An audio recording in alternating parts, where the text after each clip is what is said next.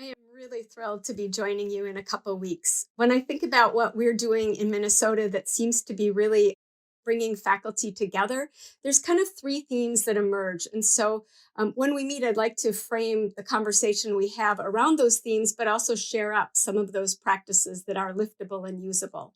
The first theme is really innovation that is seeded and sustained when it does forward those goals of equity and student achievement.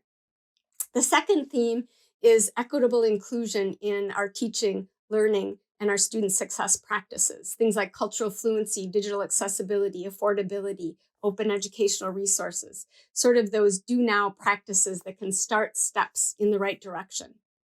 The third area is educational and talent development, including practices that foster a broad culture and community of innovation.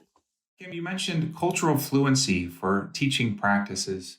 Can you share a couple of topics that you really want educators to be focusing on that you'll further speak to in your presentation? Absolutely. I think one of the biggest and maybe the easiest entry into cultural fluency is some work we've been doing around humanizing your online course. And so I'd like to spend a little bit of time sharing some of those practices because they're ones that you can just dive into really quickly and have an incredible positive impact on the relationship with your students. Kim, what will your talk emphasize when it comes to innovation and equity?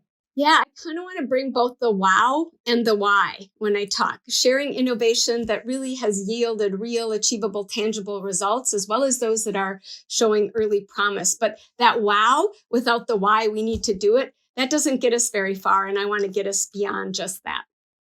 Kim, equitable design practices can be very challenging for teachers and designers to take up. What do you recommend in short as folks get started?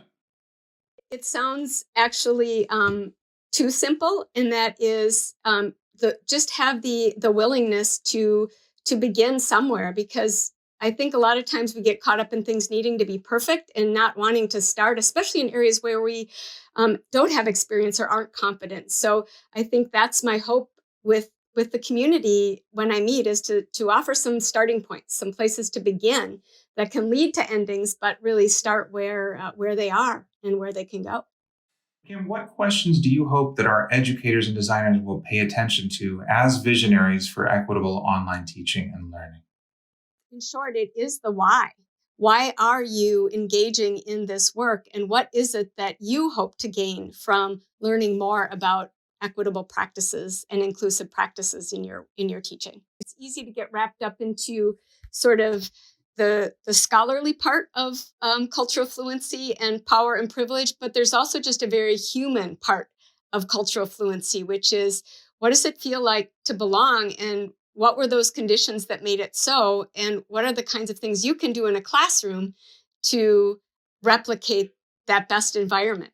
To learn more about Dr. Lynch's work and explore other innovative practices for equitable teaching and learning, please join us at this year's Pima Online Educators Conference 2021.